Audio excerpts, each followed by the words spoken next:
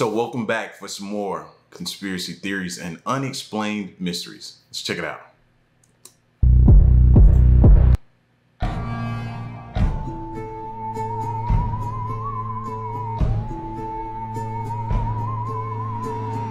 So is this the different types?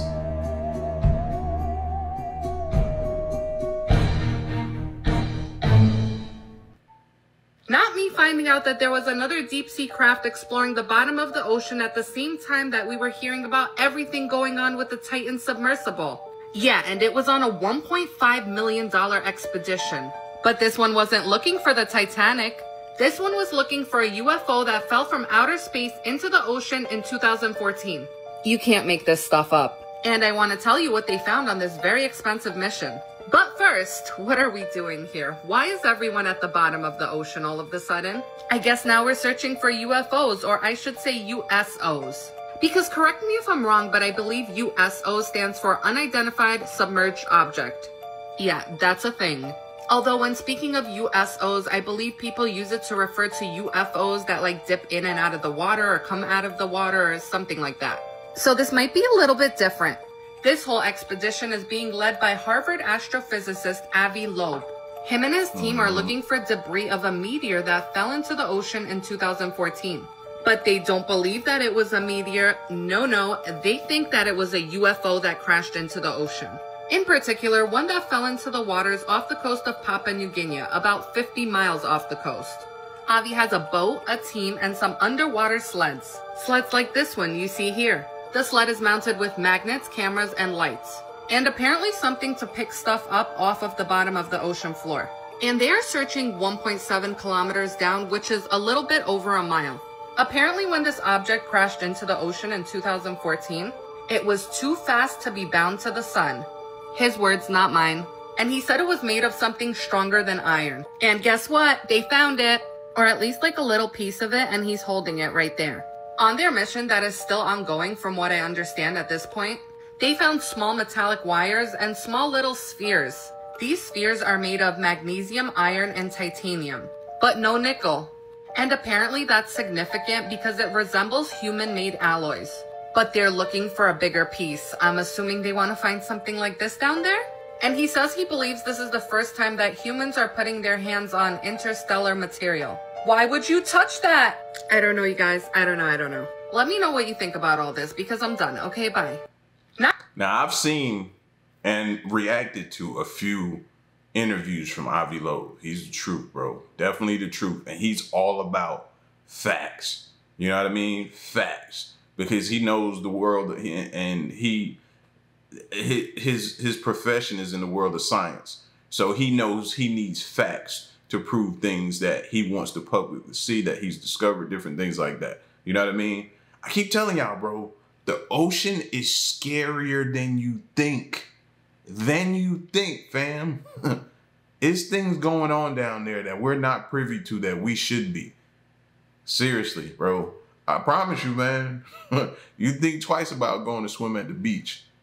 You might expect extraterrestrial life to look something like this, but in reality, we really have no idea what it's going to look like. Extraterrestrial life may be so different that we may not even recognize it's living. It may even be impossible to imagine what extraterrestrial life may look like.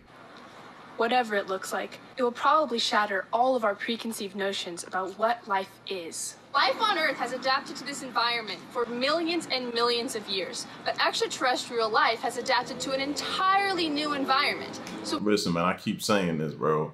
We have this preconceived notion of what we think an alien or extraterrestrial life is supposed to look like. We have that in our brains for some reason. It's not for some reason. It's because of these movies, bro. But what if what we think we're looking for, we're not really looking for, and it's something else? That's why I say when you look in the ocean, seeing all these different species and different things that we come across, that should let you know, like, expect the unexpected more so than anything. So we have no idea what it could look like or what it does. So how do we know what we're looking for? And how will we know when we find it?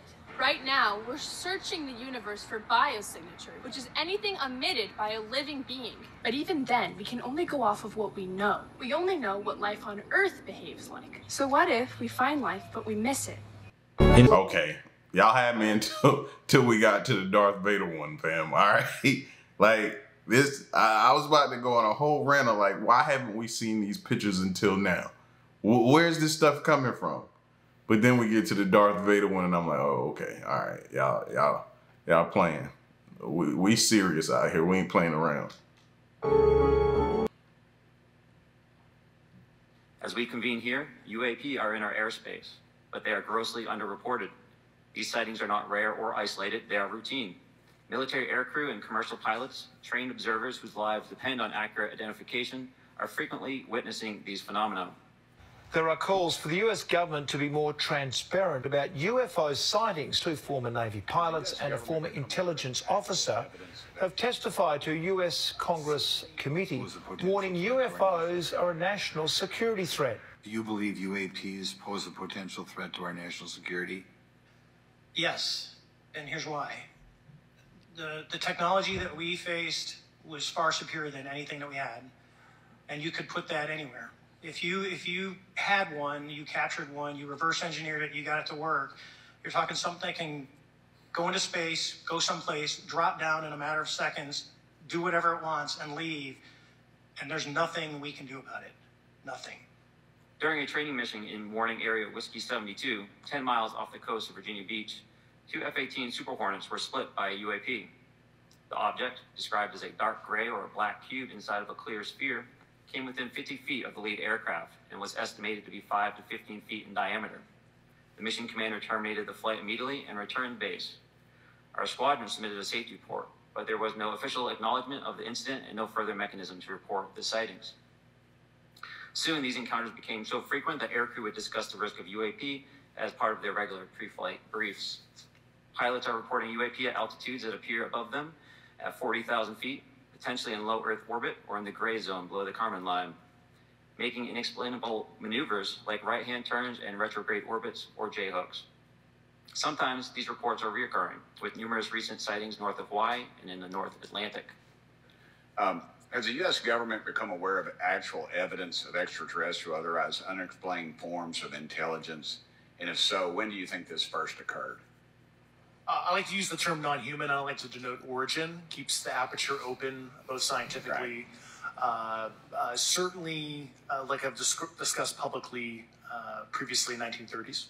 Last week, White House NSC spokesman John Kirby stated that UAPs are having an impact on our training ranges and need to be treated as a legitimate issue. Do you concur with the statements? That's for each of you. Yes. Yes. Yes. Okay. Right now, we need a system where pilots can report without fear of losing their jobs. There's a fear that the stigma associated with this topic is going to lead to professional repercussions, either through management or perhaps through their yearly physical check. I think that last part was the most important part, or one of the, I ain't gonna say the most important part. Let me take that back. Let me say that is a very vital part of it, man. You know what I mean? These guys have literally hardly anyone to back them up because people are in fear. There's no way for them to come forward without repercussion. There's no way for that to happen, even though people say, oh, this is a safe space. No, it isn't. It's not. So him saying that, us continue to replay these videos and continue to push this out there so others can know, to help force the hand to create a safe space for other pilots and other people who may work in these facilities that want to come forth, who've seen things, can do so. That's what I'm hoping these do. Air Force Base, these cigar-shaped ships were over a mile in length. One of them landed on the airport landing strip area. When it touched the ground, it created an earthquake like about a 3.5 to 4.0. It terrified everybody in the area. The back of this craft opened up and this look like Wakanda, don't it? Give me hype. Several hundred young men with huge, heavy weapons came out of two sides of the ship and formed a protection line around the ship. And the people at that Air Force base, the commander, had had a meeting with the individuals that were aboard this ship, and this particular race that landed those ships and that are seen in these huge cigar-shaped ships, they are a black race. They look like African Americans. They were about 6'4", 6'5". These tight-fitting black leather outfits on, and the weapons that they came out of the ships with, they were huge, huge weapons. And if you've ever seen a race of people that were conquerors, that had never been conquered, they've got this look about them of arrogance. That's exactly what these extraterrestrials had, and they informed these people at this American Air Force base that not only were they from a militaristic society, but they had controlled a large portion of the galaxy that we live in. And this was the statement that Ronald Reagan was making to the United Nations when he said that if all the countries on the planet realized that there was a threat from outer space and from an alien civilization, we would all come together, but he was not allowed to make this statement. What I tell you is true, and the gentleman that you had on before, tell him to look up this. Often forget how much unites all the members of humanity. Perhaps we need some outside universal threat to make us recognize this common bond. I occasionally think how quickly our differences worldwide would vanish if we were facing an alien threat from outside this world. New conspiracy theory unlocked just then. You know what I mean? And it's not really even a new conspiracy theory. I've always had that feeling that movies are just a little bit more than movies. It's a lot of hidden truths in movies. And I've been feeling like that for a long time. And maybe Black Panther was trying to tell us something without telling us something, you know, without saying something. I don't know, but I get strong Wakanda vibes from this. And hearing that audio and hearing, you know what I mean, the description.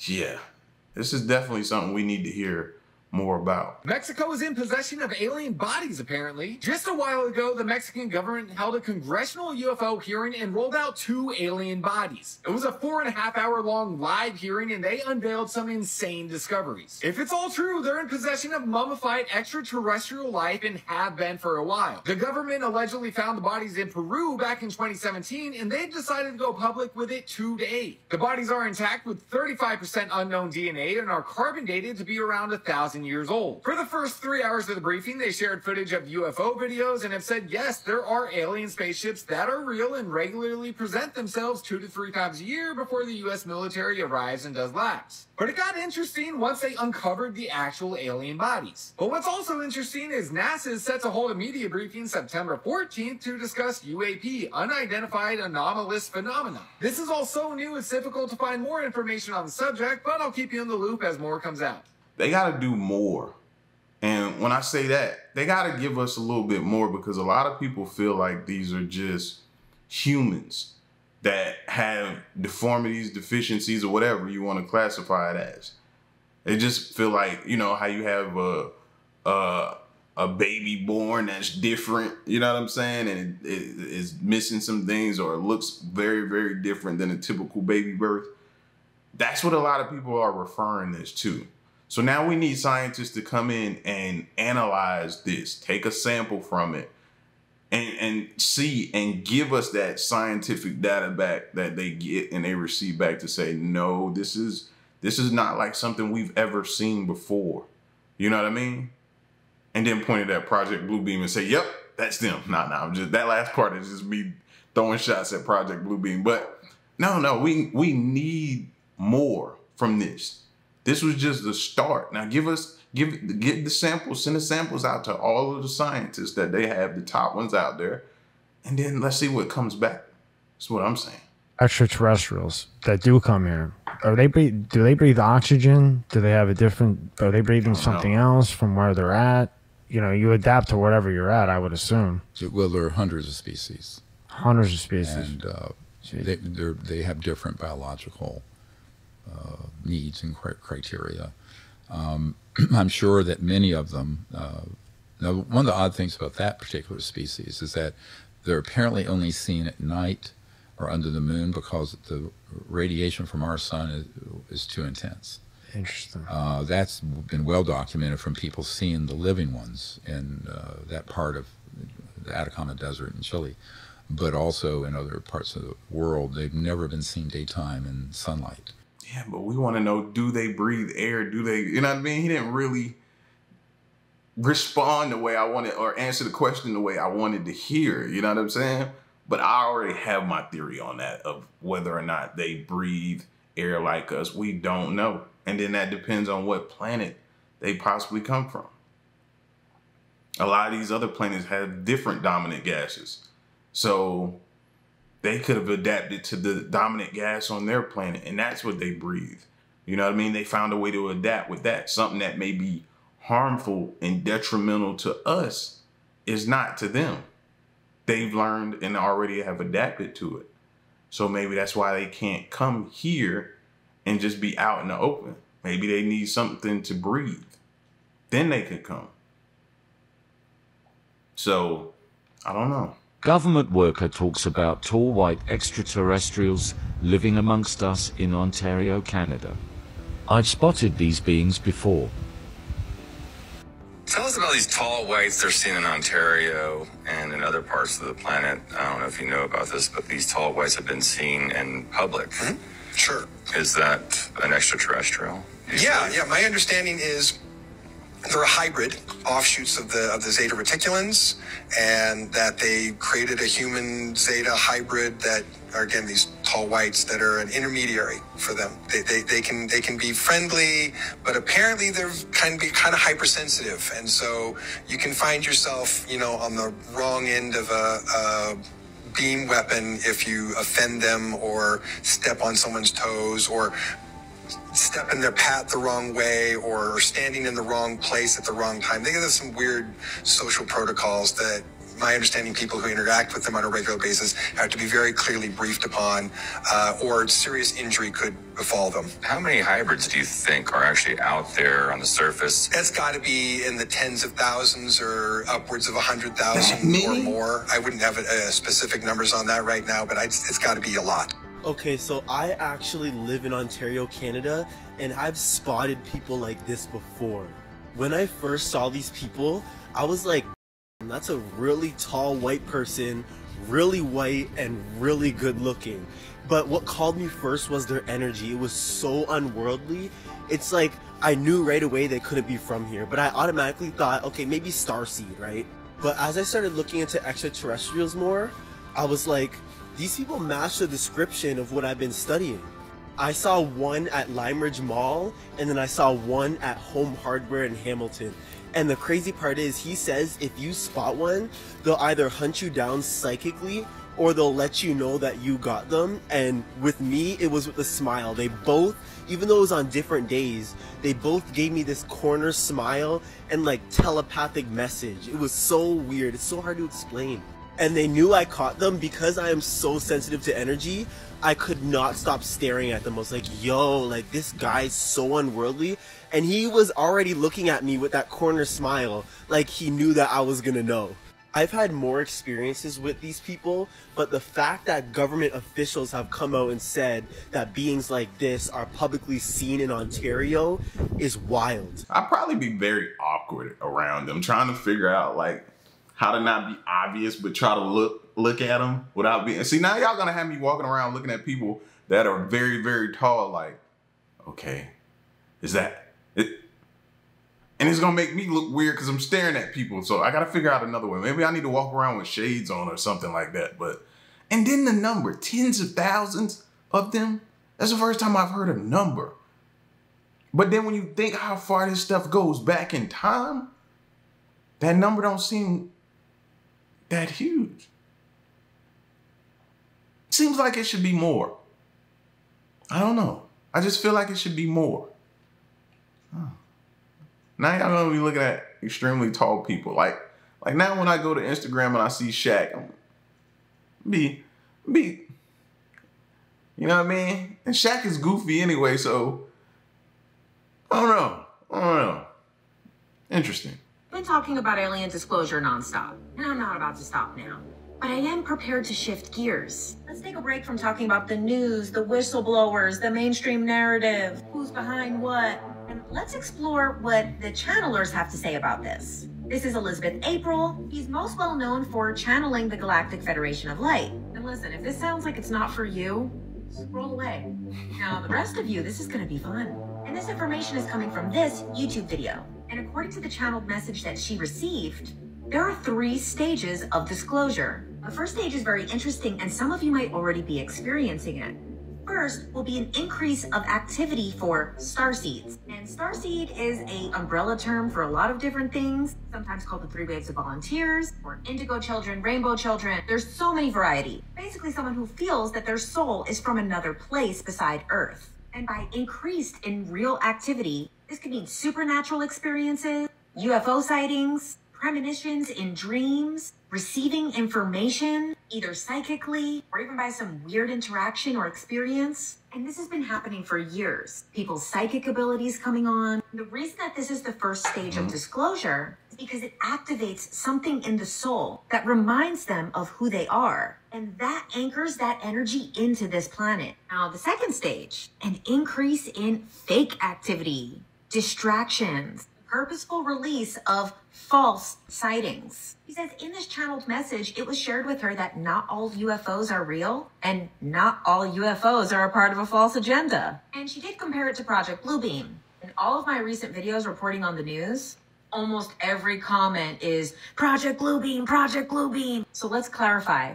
Bluebeam is yet another umbrella term. It wasn't originally, but people use it that way. The concept was first made public by Serge Monist. And the theory behind this is that NASA and the UN would implement a New Age religion to start the New World Order by simulating the second coming of Christ using holograms. But most commonly, when people are using the term Project Bluebeam, they're referring to a fake alien invasion that would be used to manipulate people and bring them together under a New World Order. Many people also use the term to just talk about the use of holograms or military craft being portrayed as extraterrestrial. Now, before we go on to the third stage that she channeled, I wanted to ask Tim from Gaia TV. He was a tactical advisor in the German covert governance and worked directly with extraterrestrial programs. You can find that on YouTube. The first half is on my channel and the second half on his. Tim goes on to say that the actual Project Bluebeam, the false invasion story, was something that was put into play during Project Paperclip, but that it's an extremely outdated agenda. This is not known in the 1950s, but we know it now, that quantum explosions can occur when people, hit a certain break of realities. And goes on to say that this fake invasion scenario, based on the knowledge that we have now, could have been so detrimental that it wouldn't even have the effect that it was meant to have. The third stage of disclosure, according to the channeled messages that Elizabeth April has received, is the increase of real activity and the increase of fake activity will both essentially lead to people acclimating to this information. I also want to reference a video that's no longer up on her YouTube. It was about the 3 UFOs that were taken down in February. While channeling, she asked for clarity on it. She said a Pleiadian being came forward and told her those were not ours. And she asked this being why. And this Pleiadian being said, "You're trying to gain control of the narrative again, but they've already lost it." Oh. Disclosure is already happening through individuals. It's happening on social media, and it's happening in real sightings in real life. She also said that part of the agenda is to actually trick military personnel into believing that they saw real craft. And this is interesting because a video in February, she was told there's going to be a 6-month push for the powers that be to control the agenda. March, April, May, June, July. I actually got to talk with her the same day that those UFOs got shot down. And she gave us some practical advice for people dealing with new information in their spiritual awakening. But first, I know you want to hear about the whole 2050 thing. Okay, so she said in 2011, she received this channeled message saying that by the year 2030, there would be mass acceptance of UFOs and aliens. And that between 2030 and 2050... I think we're that's gonna happen well before then. We're already on the way. We've had way more people starting to believe than ever before now. You know what I'm saying?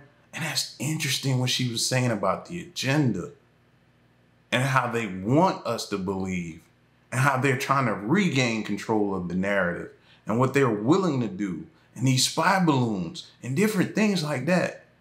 Just pay attention, y'all. That's all I can keep stressing to you. Pay attention. It's unfolding right before our eyes. Promise.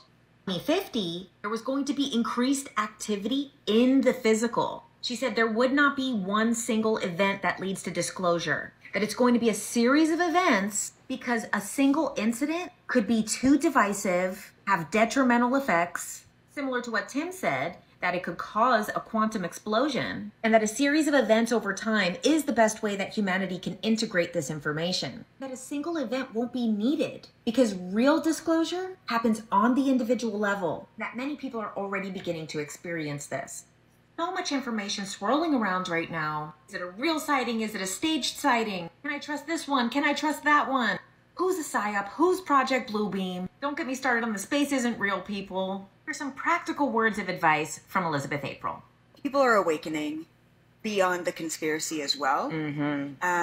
So it's kind of, I was in a place where I was really hopeless with everything that I was seeing and channeling and understanding about this world.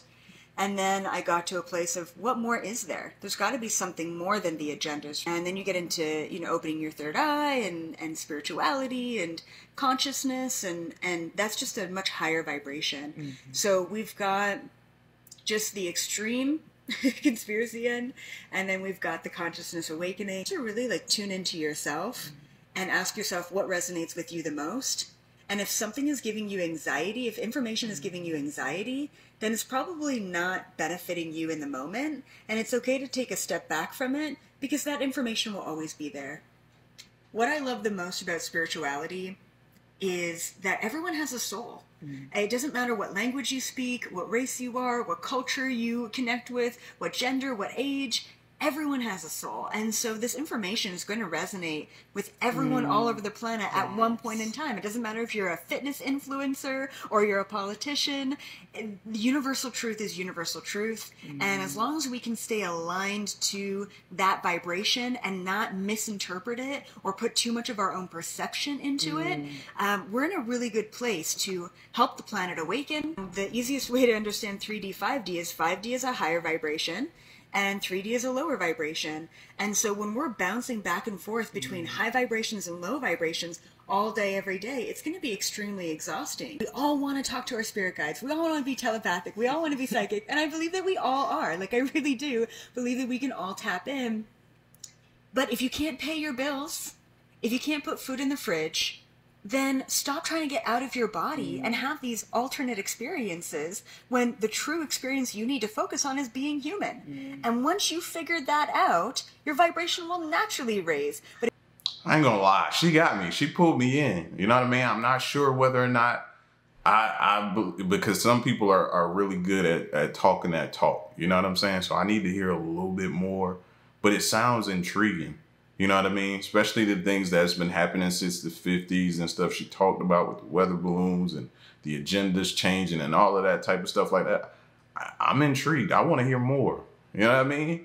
Because this very much aligns with a lot of the beliefs and different things that we've been talking about and we have. The stuff we've been seeing, it's kind of aligned. So I want to hear more though. A peculiar video from Moscow shows a man closely filming a tiny creature, apparently grasping a small branch with finned paws, like a squirrel, but with a long fish-like tail and aquatic features. The unidentified cameraman captures the amphibious being up close as it clings to the stick in 2021, with the strange animal's identity concealed. Theories have circulated about its origins. Some believe it may be an alien species dwelling in the waters of Russia's capital. Skeptical viewers suggest advanced digital editing crafted the fish. Squirrel hybrid.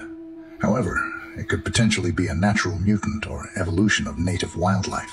Further testing of the footage is needed to determine if this is legitimate biological discovery or an elaborate fabricated hoax. Either way, the unique fish mammal has sparked imaginations about what secret creatures may live among us.